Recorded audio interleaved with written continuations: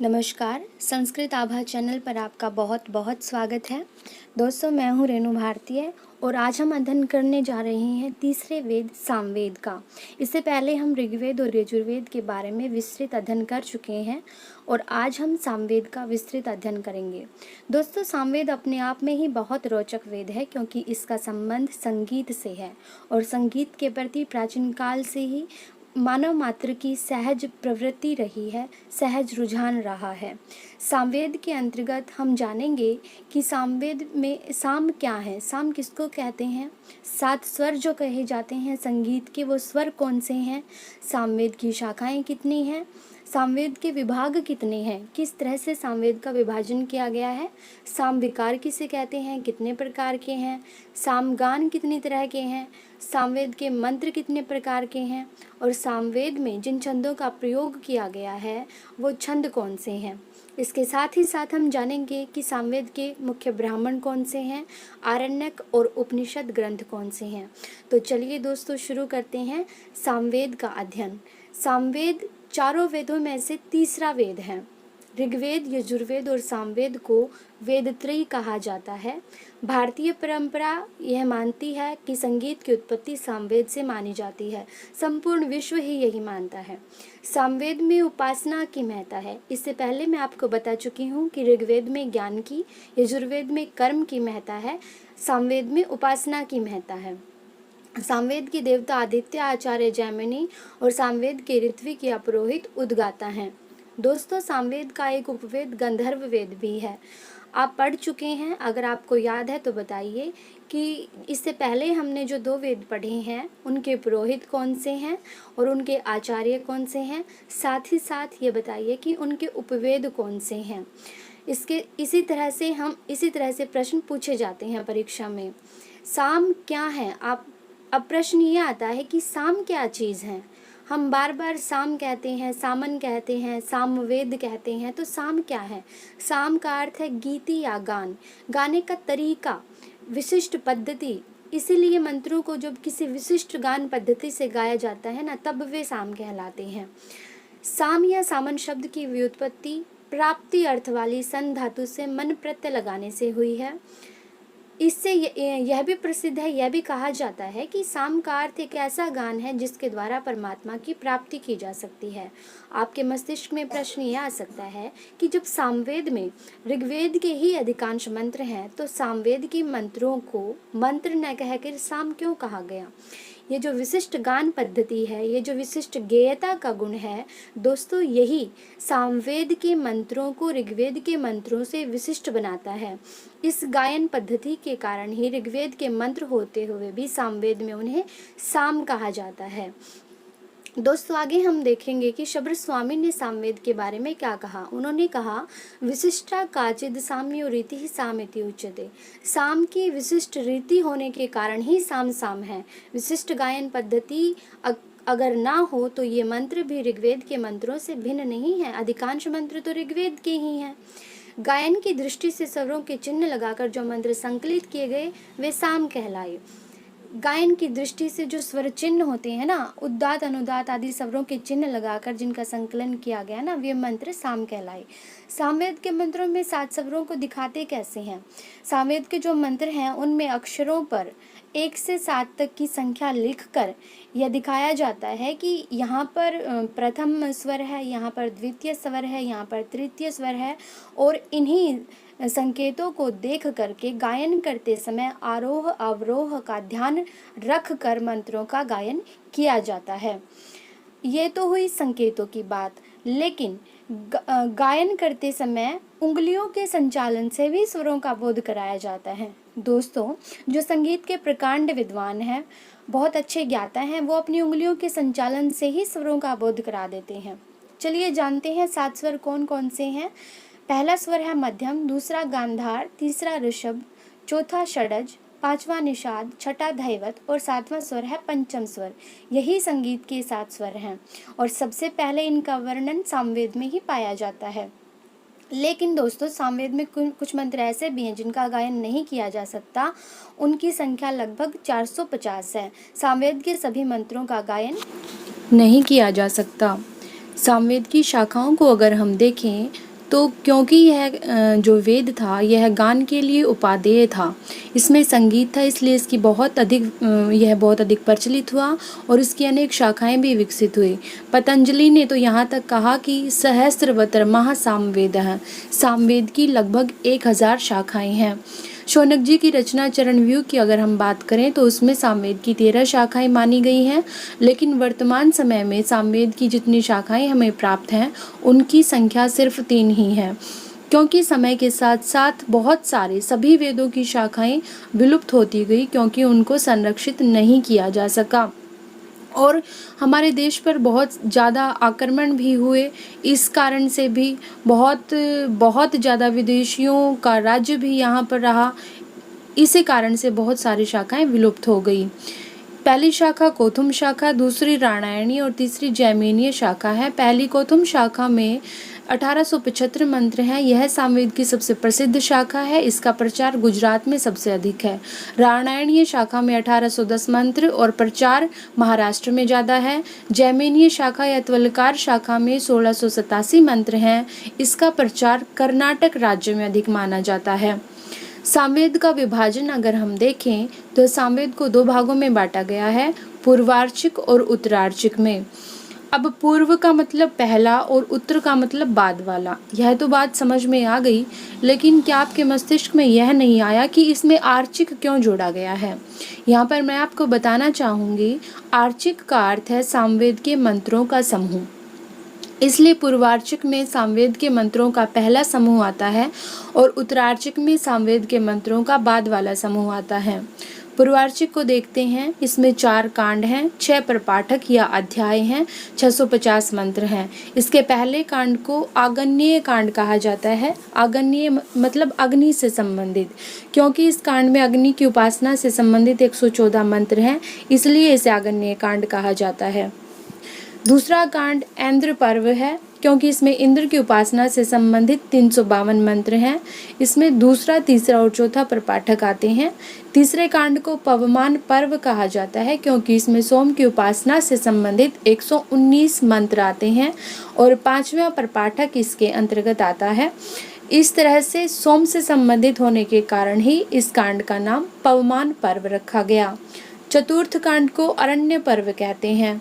अरण्य पर्व क्यों कहते हैं? क्योंकि इसके मंत्र ऐसे हैं जिनका गायन अरण्य में ही किया जाना चाहिए। इसमें इंद्र, अग्नि और सोम की उपासना संबंधी 55 मंत्र के लगभग मंत्र हैं। इसमें 6वां प्रपाठक आता है। उत्तरार्चिक में 9 कांड, 21 अध्याय, 400 सूक्त और 1225 मंत्र हैं।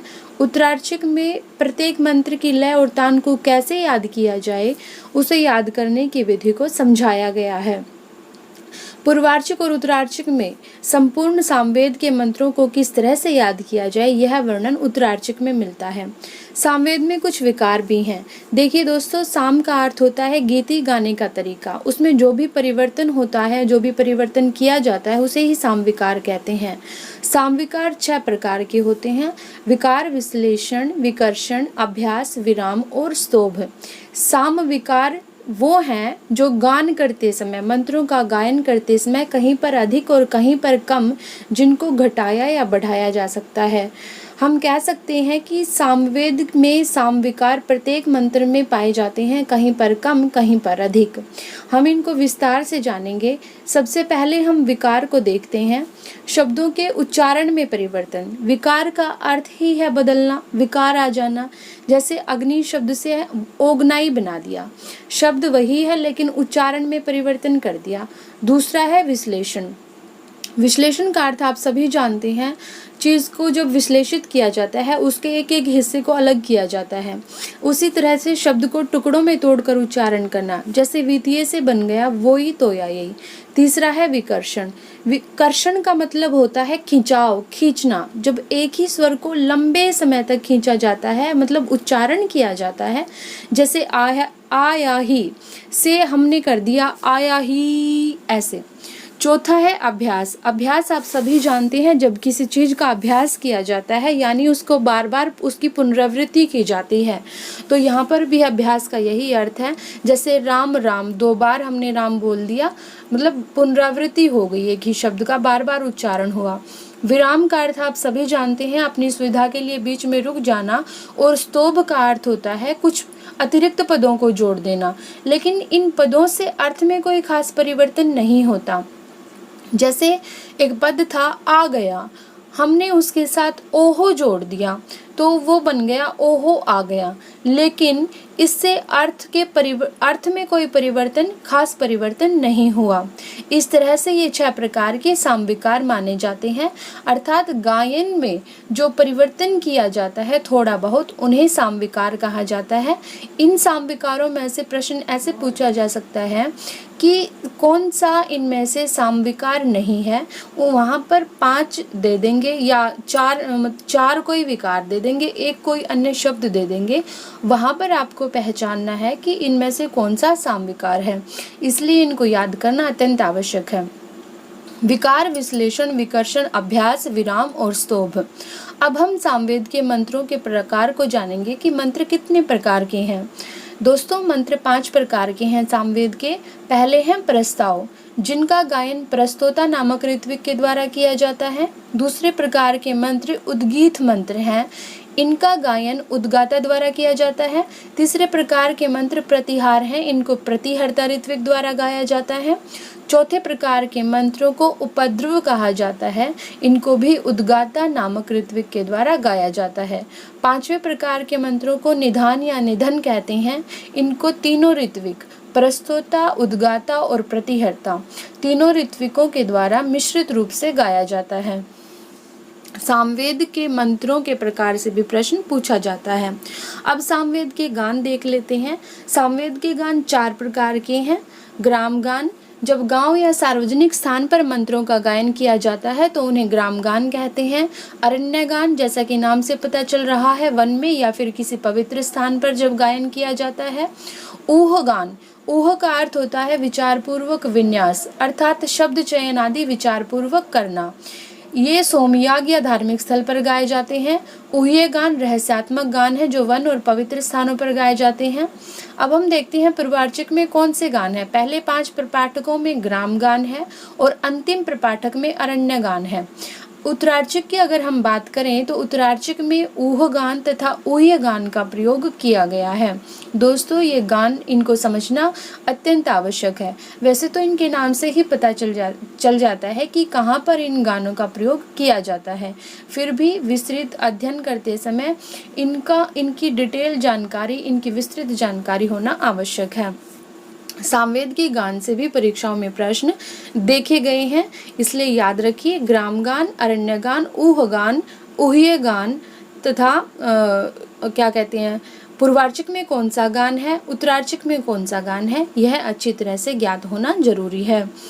अब हम देखेंगे सामवेद के ब्राह्मण कौन कौन से हैं। सामवेद पर 9 ब्राह्मण ग्रंथ प्राप्त होते हैं सबसे ज़्यादा। पहला ब्राह्मण है पंचवंश, इसको प्रौढ़ ब्राह्मण, तांडव ब्राह्मण या महाब्राह्मण भी कहते हैं। इसमें 25 अध्याय हैं, सोमयाग का इसमें वर्णन है। दूसरा ब्राह्मण षड्वंश ब्राह्मण है, इसमें 5 प्रपाठक हैं और इसका जो अंतिम प्रपाठक है उसको अद्भुत ब्राह्मण के नाम से भी जाना जाता है। दोस्तों, सामवेद पर जो तीसरा ब्राह्मण है उसको छांदोग्य ब्राह्मण कहा जाता है, इसको मंत्र ब्राह्मण के नाम से भी जाना जाता है। इसमें 2 प्रपाठक हैं जो 8 खंडों में बटे हुए हैं। चौथा ब्राह्मण संविधान ब्राह्मण है, इसमें अनेक प्रकार के अनुष्ठानों का वर्णन है। 5वें ब्राह्मण को आर्षेय कहते हैं, इसमें 3 प्रपाठक हैं। यह सामवेद की आर्ष अनुकर्मणी का कार्य करता है। दोस्तों, आर्ष का मतलब होता है ऋषि संबंधी। सामवेद के ऋषियों के क्रम को जो बताता है वो आर्षेय ब्राह्मण है। छठा ब्राह्मण देवत अध्याय है, इसमें 3 खंड हैं। देवताओं और छंदों का विवेचन इसमें मिलता है। 7वां ब्राह्मण संहिता उपनिषद है, इसके नाम पर मत जाना, इसके नाम से लगेगा कि यह उपनिषद है लेकिन यह ब्राह्मण है। इसमें सामगान की पद्धति का वर्णन है। 8वें ब्राह्मण का नाम वंश ब्राह्मण है, इसमें वंश परंपरा है, किसकी, सामवेद के गुरुओं की। 9वां ब्राह्मण जैमिनीय ब्राह्मण है, इसको त्वलकार ब्राह्मण भी कहते हैं। इसमें यज्ञ के अनुष्ठानों का वर्णन विस्तृत रूप से किया गया है। इस प्रकार सामवेद के 9 ब्राह्मण हो जाते हैं। सामवेद के ब्राह्मणों से भी प्रश्न परीक्षा में पूछे जाते हैं। अब सामवेद के आरण्यकों को देख लेते हैं। त्वलकार आरण्यक सबसे पहला। सामवेद के 2 ही आरण्यक हैं। पहला त्वलकार, इसे जैमिनीय उपनिषद भी कहा जाता है। देखिए किस आरण्य को जैमिनीय उपनिषद कहा जाता है? त्वलकार को। 4 अध्याय हैं, अनुवाकों में बटे हुए हैं। ये जो आरण्यक है यह ब्राह्मण आरण्यक और उपनिषदों का मिश्रण है। दूसरा छांदोग्य आरण्यक है। छांदोग्य उपनिषद के पहले अध्याय को छांदोग्य आरण्यक के नाम से जाना जाता है। इस आरण्यक को सत्यव्रत ने सामवेद आरण्यक संहिता के नाम से प्रकाशित भी कराया है। प्रश्न पूछा जा सकता है, किस आरण्यक को सत्यव्रत ने सामवेद आरण्यक संहिता के नाम से प्रकाशित कराया है? छांदोग्य आरण्यक को।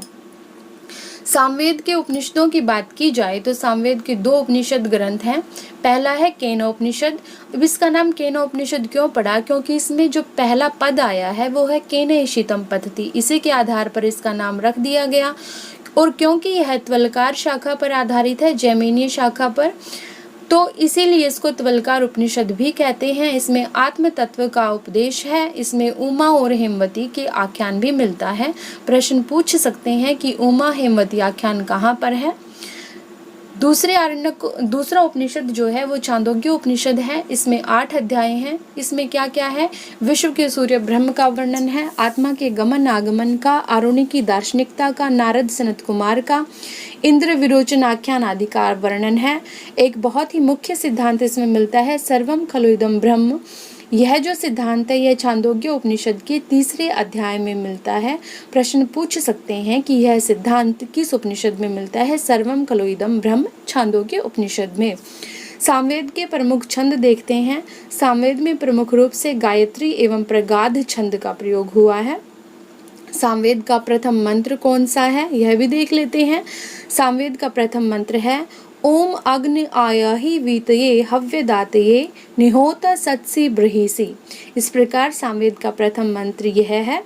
सामवेद का प्रथम मंत्र से भी प्रश्न पूछा जा सकता है कि ओम अग्नि आयाहि यह किस वेद का प्रथम मंत्र है? आपको इस बारे में जानकारी होनी आवश्यक है। इस तरह से हमने सामवेद संहिता के बारे में विस्तृत अध्ययन किया। सामवेद संहिता से परीक्षा में जो जो प्रश्न पूछे जा सकते हैं, जहाँ जहाँ से प्रश्न बन सकते हैं, उनका हमने बहुत विस्तार से अध्ययन किया। खुश रहिए। जय तु भारतम, जय माँ शारदा।